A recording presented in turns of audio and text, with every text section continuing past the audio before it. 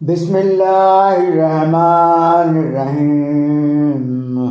అమిత దయామయుడు అపార కృపాశీలుడైన అల్లాహ్ పేరుతో నేను ప్రారంభిస్తున్నాను. ఇన్నా ఔహైనా ఇలైక కమా ఔహైనా ఇలా నూహి వన్నబియ్యిన మిన్ బఅదిహి వఔహైనా ఇలా ఇబ్రాహీమ వ ఇస్మాయిల వ ఇస్హాక వ యాకూబ వల్ అస్బాతి వ ఈసా వ అయ్యూబ వ యూనుస వ హారూన వ సులైమాన వ అతైనా దావూద జబూరా. ఓ ప్రవక్త, మేము నూహు వైపు అతని తర్వాత వచ్చిన ప్రవక్తల వైపు దివ్యవాణిని పంపినట్లే నీ వైపున కూడా దివ్యవాణి వహిని పంపాము. ఇంకా మేము ఇబ్రాహీం, ఇస్మాయిల్, ఇసాక్, యాకూబ్ మరియు అతని సంతతి వారికి ఈసా, అయ్యూబ్, యూనుస్, హారూన్, సులైమాన్ల వైపునకు కూడా దివ్యవాణిని పంపాము. ఇంకా మేము దావూదుకు జబూర్ గ్రంథాన్ని ఉసగాము.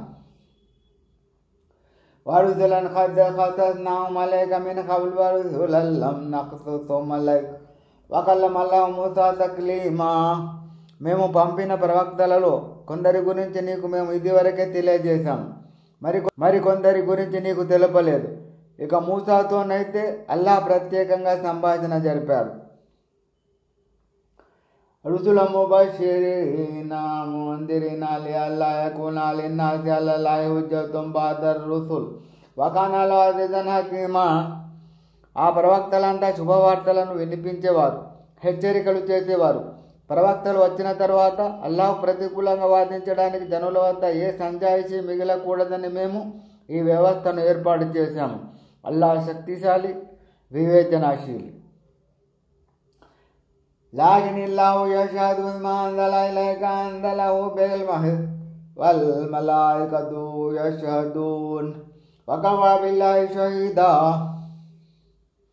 ఓ ప్రవక్త, అల్లాహ్ ఈ గ్రంథం ద్వారా ఏదైతే నీపై అవతరింపజేశాడో దానిని తన జ్ఞానంతో అవతరింపజేశానని సాక్ష్యమిస్తున్నాడు. దైవదూతలు సైతం దాని గురించి సాక్ష్యమిస్తున్నారు. అసలు సాక్షిగా అల్లాహ్ ఒక్కడే చాలు. ఇన్నల్లదీన కఫరు వసద్దు అన్ సబీలిల్లాహి ఖద్ జల్లు దలాలం బഈదా. నిశ్చయంగా ఎవరైతే అవిశ్వాసిని గుడిగట్టి అల్లాహ్ మార్గం వైపు రాకుండా ఇతరులను నిరోధిస్తున్నారో వారు మార్గవిహీనత యొక్క చివరి అంచులకు చేరిపోయారు. ఇన్నల్లదీన కఫరు వజలము లం యకునిల్లాహు లియగ్ఫిర లహుం వలా లియహ్దియహుం తరీఖా. నిశ్చయంగా ఎవరైతే అవిశ్వాసులై ఇతరులపై దౌర్జన్యం చేస్తారో అల్లాహ్ వారిని క్షమించడం కానీ వారికి మార్గం చూపడం కానీ జరగదు. ఇల్లా తరీఖ జహన్నమ ఖాలిదీన ఫీహా అబదా వకాన జాలిక అలల్లాహి యసీరా. వారికి నరక మార్గం చూపడం తప్ప అందులో వారు శాశ్వతంగా మ్రగ్గుతూ ఉంటారు. ఇలా చేయడం అల్లాహ్కు చాలా తేలిక. యా అయ్యుహన్నాసు ఖద్ జాఅకుముర్ రసూలు బిల్ హక్కి మిర్ రబ్బికుం ఫఆమినూ ఖైరల్ లకుం వ ఇన్ తక్ఫురూ ఫఇన్న లిల్లాహి మా ఫిస్ సమావాతి వల్ అర్ద్ వకాన అల్లాహు అలీమన్ హకీమా.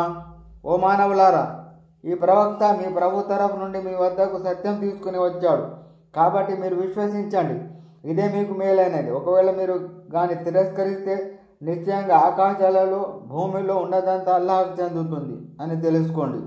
అల్లాహ్ సర్వం తెలిసినవాడు, వివేకవంతుడు.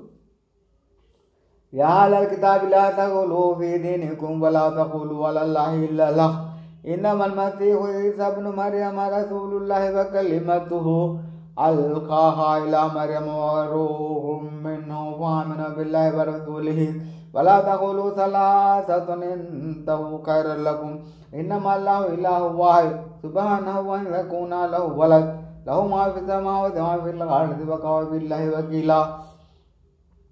ఓ గ్రంథములారా, మీరు మీ ధర్మం విషయంలో అతిశయిల్లకండి. అల్లాహ్ గురించి సత్యం తప్ప మరో మాట పలకకండి. నిశ్చయంగా మరియం కుమారుడు ఈసా మసీహ్ యేసుక్రీస్తు అల్లాహ్ యొక్క ప్రవక్త. అల్లాహ్చే ఆజ్ఞాపించబడిన వాక్కు మాత్రమే. అల్లాహే దానిని మరియం వైపునకు పంపాడు. ఇంకా ఆయన అల్లాహ్ తరఫు నుండి వచ్చిన ఒక ఆత్మ, రూహ్. కాబట్టి మీరు అల్లాహ్ను, ఆయన ప్రవక్తలను విశ్వసించండి. దేవుళ్ళు ముగ్గురు అని అనకండి. ఈ త్రిత్వవాదనను మానుకోండి, ఇదే మీకు శ్రేయస్కరం. నిజానికి అల్లాహ్ ఒక్కడే ఆరాధ్య దైవం. ఆయనకు కుమారుడు ఉన్నాడనే విషయానికి ఆయన అతీతుడు, పవిత్రుడు. ఆకాశాలలోనూ భూమిలోనూ ఉన్నదంతా ఆయనకే చెందుతుంది. కార్యనిర్వాహకునిగా అల్లాహ్ చాలు. لا يستنكف المسيح أن يكون عبدا لله ولا الملائكة المقربون ومن يستنكف عن عبادته ويستكبر فسيحشرهم إليه جميعا. తను ఒక అల్లా దాసుడను అని భావించడంలో మసీ యేసుక్రీస్తు ఎంత మాత్రం చిన్నబుచ్చుకోలేదు. అల్లా సామీప్యం పొందిన దూతలు కూడా ఈ విషయాన్ని అవమానకరంగా తలపోయలేదు. ఎవరు అల్లా దాస్యం చేయడాన్ని తలవంపుగా భావించి అహంకారం చూపుతారో వారందరినీ అల్లా తన వద్ద సమావేశపరుస్తాడు. فَأَمَّا آمَنُوا وَعَمِلُوا الصَّالِحَاتِ فَيُوَفِّيهِمْ أُجُورَهُمْ وَيَزِيدُهُم مِّن فَضْلِهِ وَأَمَّا الَّذِينَ اسْتَنكَفُوا وَاسْتَكْبَرُوا فَيُعَذِّبُهُمْ عَذَابًا أَلِيمًا وَلَا يَجِدُونَ لَهُم مِّن دُونِ اللَّهِ وَلِيًّا وَلَا نَصِيرًا.